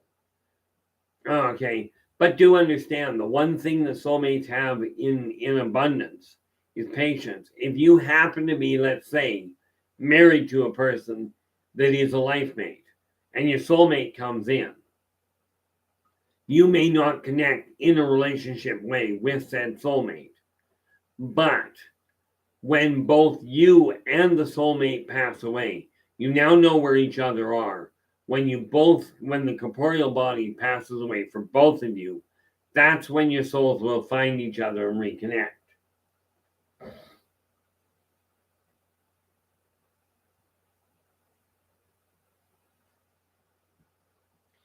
I have no doubt that's been a bit of a shock there, Nikki. The reality is, as you remember past lives, you can run into a neat little complication in going, am I living in this life or am I living in the other one? And it is critical you focus on staying alive in this one. No, no, no, no, no, no. Soulmates in corporeal form will not always be of the opposite sex. Bear in mind, Raven, the soul does not have a sex. The physical body does. Souls are male, female, and other, all at the same time.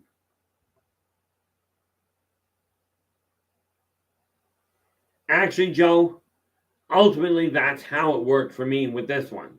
With my current partner, she approached me to find out if I felt that there was a possibility that we could work things out.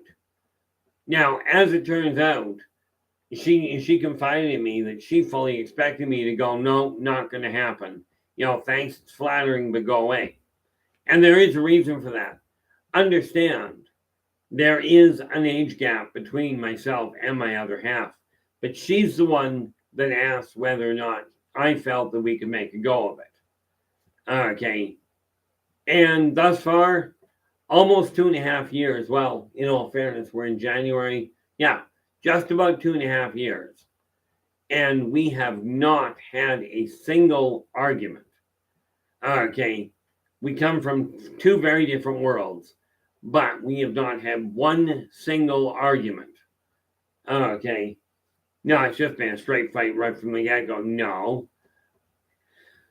So, no, you can, when you're putting that list together I talked to you about there, Joe, specify that one of the indicators for you is that she is going to approach you.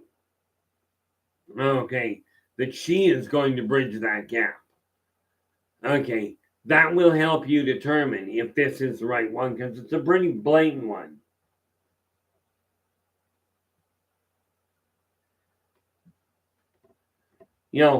The reality of it is, can you have somebody come to you and go, look, I'd like to go on a date?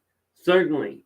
We're dealing with a problem with society right now where mankind has decided oh, you have to be male. You've got to be the one to go out and ask them. No, you really don't. You just have to be the one that says, this is what I'm looking for. If you want me, you come talk to me. If you're interested in dating me, you come talk to me because I'm tired of getting shot down. Okay. Absolutely nothing wrong with this. Okay. And in all fairness there, Saint, it's not so much a question of being negative, so much as being pre-programmed, if you will.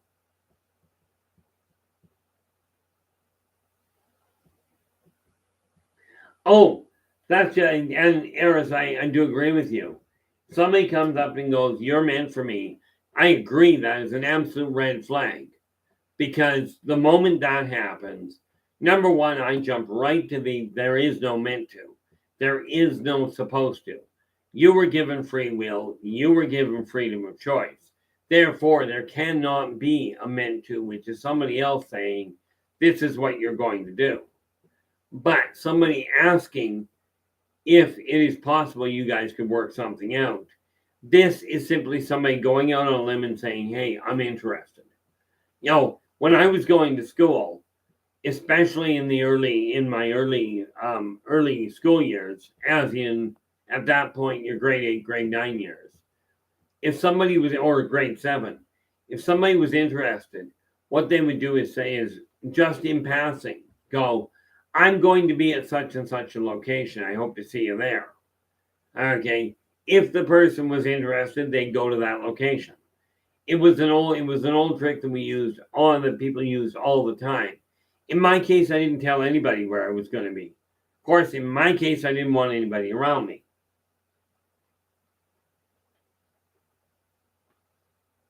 I had somebody, I actually told somebody one day, the Raven, okay, that part about feeling it on the vibrational level, you're absolutely right, Raven. I had somebody that was waiting for somebody to come into their life. They happened to come to me with a friend of theirs to sit and listen in. And I told the woman, I said, look, when the guy comes to you, you're going to think this is a disaster because he won't be anything like what you're used to. Okay. And I says, pray that your friend here trips you before you get too far. Because if you go through enough trauma or enough complications, you're just going to look at it and natural survival is going to say, push it away if it feels different. Well, I'll tell you, if you're used to being abused by people and somebody comes along and genuinely starts caring about your feelings or taking into consideration your own hiccups, okay, this is going to feel weird. It's going to, in all likelihood, be frightening. But the one critical factor that you hit on the nail there, Raven, right on the head, is the vibrational rate. There will be something special there that defies logic of any form, okay, of any functional form.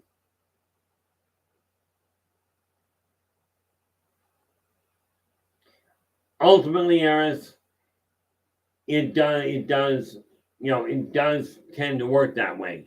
If you're not ready, then you will put up a barrier around yourself that keeps people at bay. Okay. Even if you think you're ready, if on a spiritual level you're not, that soul aspect of you will create an emotional barrier, will create an etheric barrier to stop people from getting to you.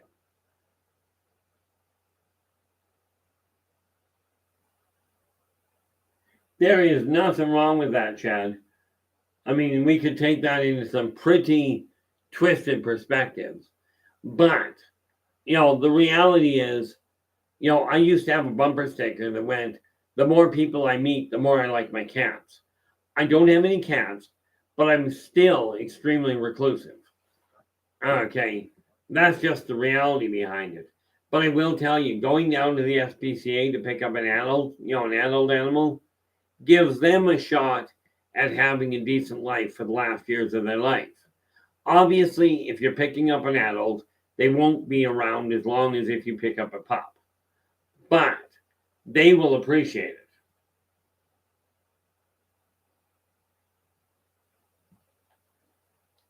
You know, my ex has a tendency of picking up, she still has a tendency of picking up, strays or lost pets, where she'll take them in and it's like, okay, I don't have much, but I'm going to do everything I can for these animals.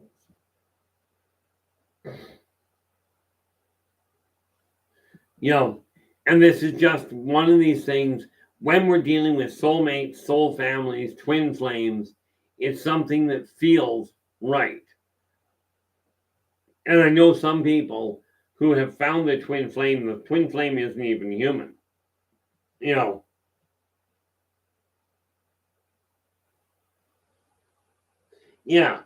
you're already fully aware of the complications there, Chad.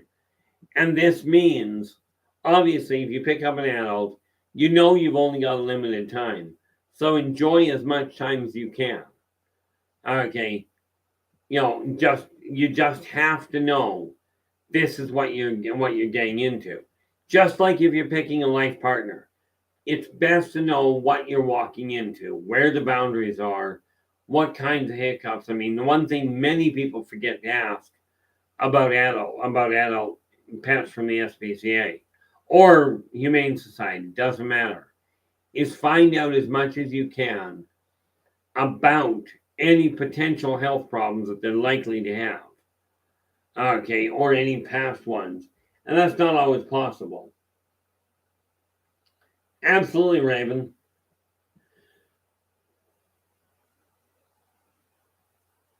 Oh, I agree with you wholeheartedly as far as puppies being a whole lot more struggle. There's way more that you got to deal with. If you're dealing with an adult, the odds are they're already toilet trained. Okay, that'd be the first spot. Mind you, they may have other quirks that you'll have to re-educate them for. And yes, there are times when people will find a pet and it's like, this is just the be all and end all of my life. This is my soulmate. And sometimes that happens. Okay, but the soulmates don't merge until both corporeal bodies have passed away.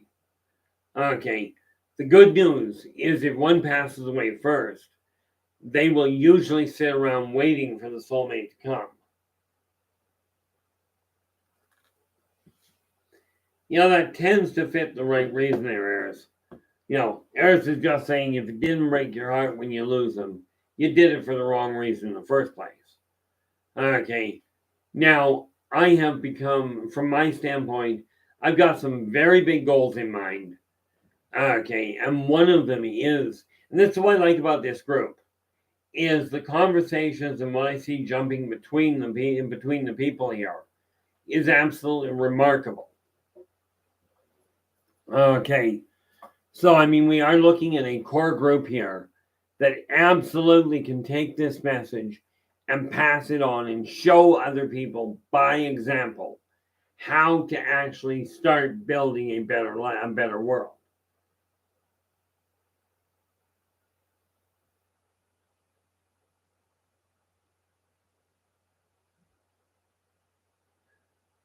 So all in all, we are looking at a situation.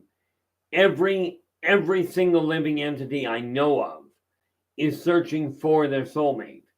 Okay, but this can take lifetimes because what ends up happening. Picture, if you will, taking a puzzle. Okay, and let's call your soul family. Your soul family is the frame.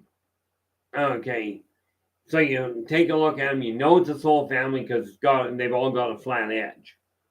Okay, so there's your soul family, but the soulmate is a puzzle piece that locks together and completes the picture. Okay, the soul family is that whole framework that gives you an overall picture of what the whole thing looks like.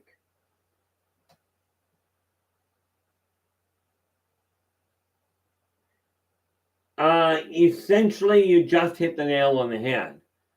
Okay, when we take a look at the Caboran are planets. Now, not every planet is Caboran. Okay, but every Caboran is a planet. Okay. Well, I should say is a planet or planetoid. Okay. The ones that are built are Caboran. Okay. And it usually means that two spirits have worked together to bring them into existence. And again, this means they had a parent, or they had parents, it's more to the point. Net result, Caborans are children.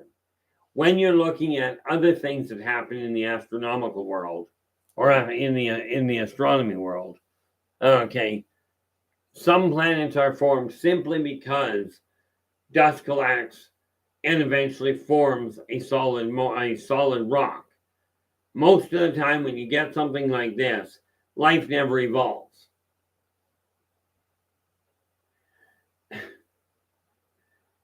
You know, I've been trying to piece that together. I know Alf, he was funny. Okay, he really was. I'm thinking Alf was probably well, I like the way you put it, was Alf depicted from. I suspect very strongly that he was a young Therianthrope. Probably, in all fairness, by the look of him, he was probably based on an aardvark. Okay, an aardvark or an anteater. Just simply by looking at its configuration. But I would be inclined to say he was likely a Therianthrope. But I do remember one episode in particular where Alf is looking at it. I forget what the father's name was, but Alf is looking at the father and goes, "What's the difference? Do you know what the difference is between toilet paper and a shower curtain?" And the father walks right into it. He goes, "No idea." Alf never missed a heartbeat. He points at him and goes, "You're the one." Right. So, I mean, Alf was weird, but he was a lot of fun. But I suspect when you take a look at his behavior, he was based on probably not an aardvark, come to think of it, because he was clearly carnivorous. Hence the issue of his attachment to cats. Okay.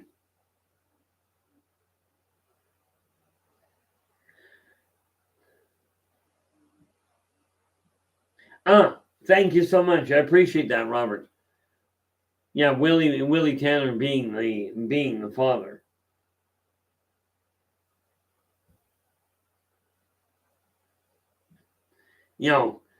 I mean, my son has brought up the question now. How can people think that the Earth is flat? He says everybody accepts the fact that all the rest of the planets are all round. Why would there be one flat one just to screw things up? Yeah, Alf he definitely had a twisted way of looking at things. And his way of drying out cats was just priceless. Let's put it in the microwave to try and dry them out. If I recall that episode correctly, Willie came in and found him trying to stuff the cat in the mic. And he's going like, Alf, you can't put the cat in the microwave. You don't dry a cat that way. And Alf just looks at him and goes, I'm not drying him, I'm making dinner.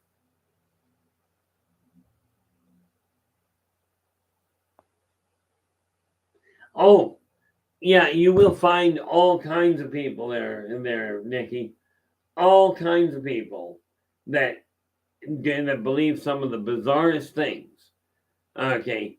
And this is why I keep telling people, don't just take my word for it. I will tell you, the way I look at the world is absolutely bizarre compared to most people. Okay. I'm still trying to figure out if I'm even going to be able to make the trip to Vegas. I'm hoping so. But with what I just found out from my brother, we were hoping the estate would be cleared by March.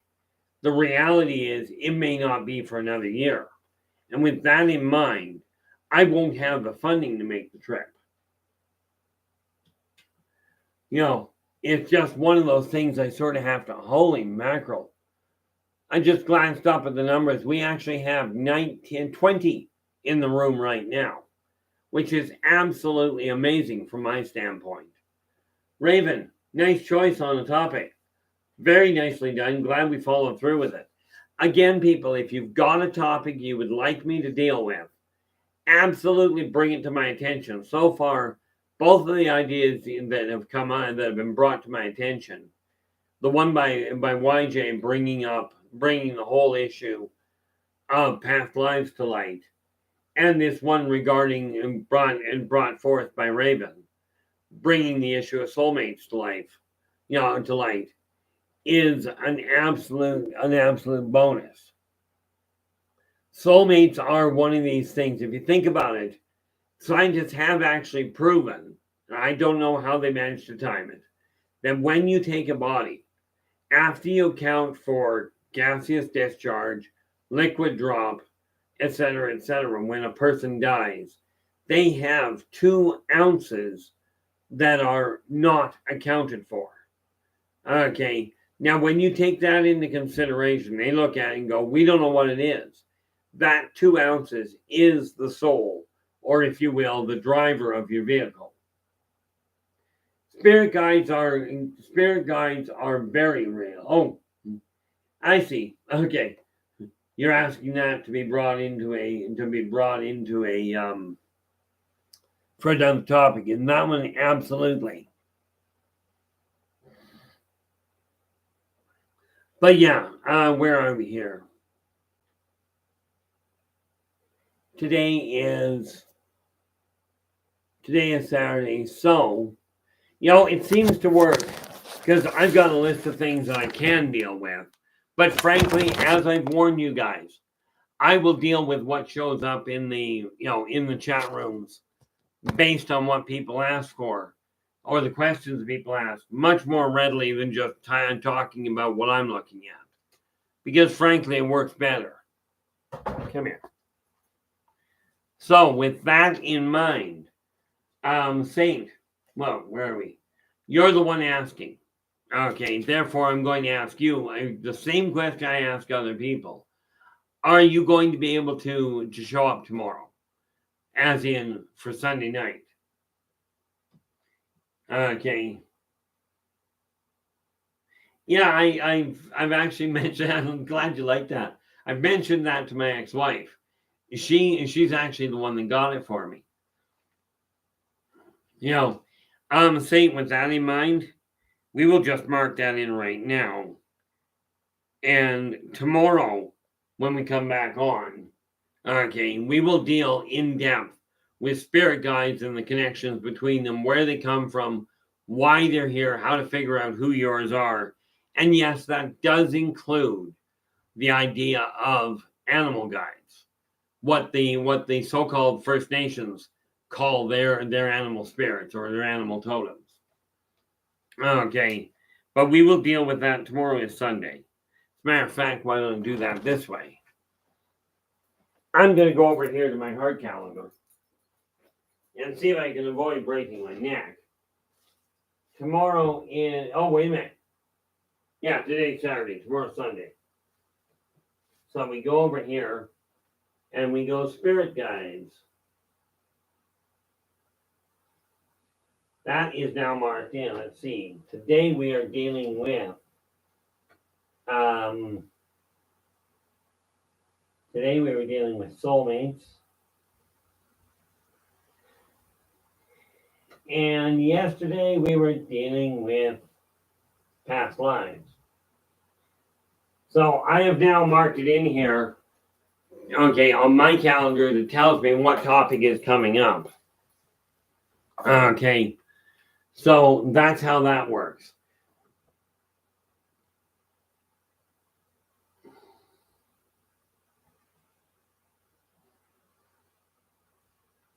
Hey, Patty B, I didn't see you sneak in. Welcome aboard. Glad you could join us. Yeah, I appreciate that, Robert. From my standpoint, I always have a lot of fun trying to figure out what day of the week I'm on. And of course, now that I'm unemployed, it gets harder because I can't even tell you half the time whether I'm on which day of the week I'm on, aside from I know Thursday, my buddy shows up and we game on Thursday night. So by 3 o'clock Thursday afternoon, I know it's Thursday, usually. Okay. But tomorrow I will be dealing with spirit guides. Okay.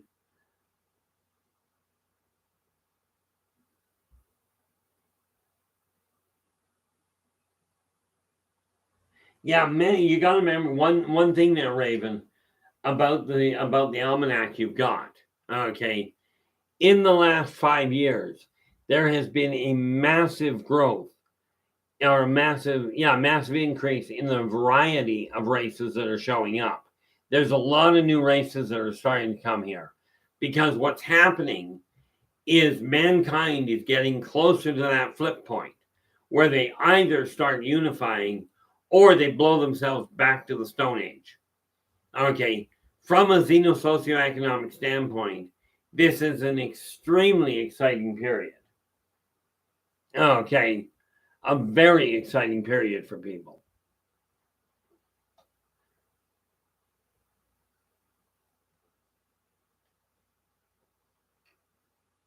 Yeah, and there you go, Patty.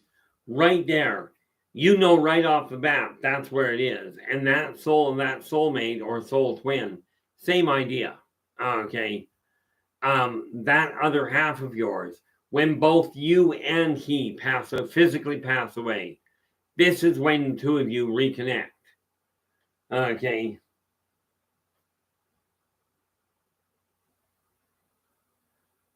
That would not be a shock there, Robert. I'll have to take your word for it because I actually haven't myself been out to the rim out to the galactic rim for a while. Okay, but no, that individual, Patty, when both of you physically die, okay, even if you for some reason lose track of the person now, when you both physically die, you will merge to become a higher entity, and therefore your next lifetime, which may not be on Earth, okay, your next lifetime, you can bet your bottom dollar will be a whole lot different than what this one was. Okay, now, as it turns out, yep, we are definitely hitting the 6:30 mark here. So, with that in mind, okay, I do want to say thank you so much for joining me today. Okay, I really don't have the words to thank you enough, but I do look forward to talking to seeing each and every one of you tomorrow. I will be back 4:30 to 6:30 tomorrow. Until then, thank you so much. Until we meet again, take care of yourselves and each other. And for pity's sakes, stay positive.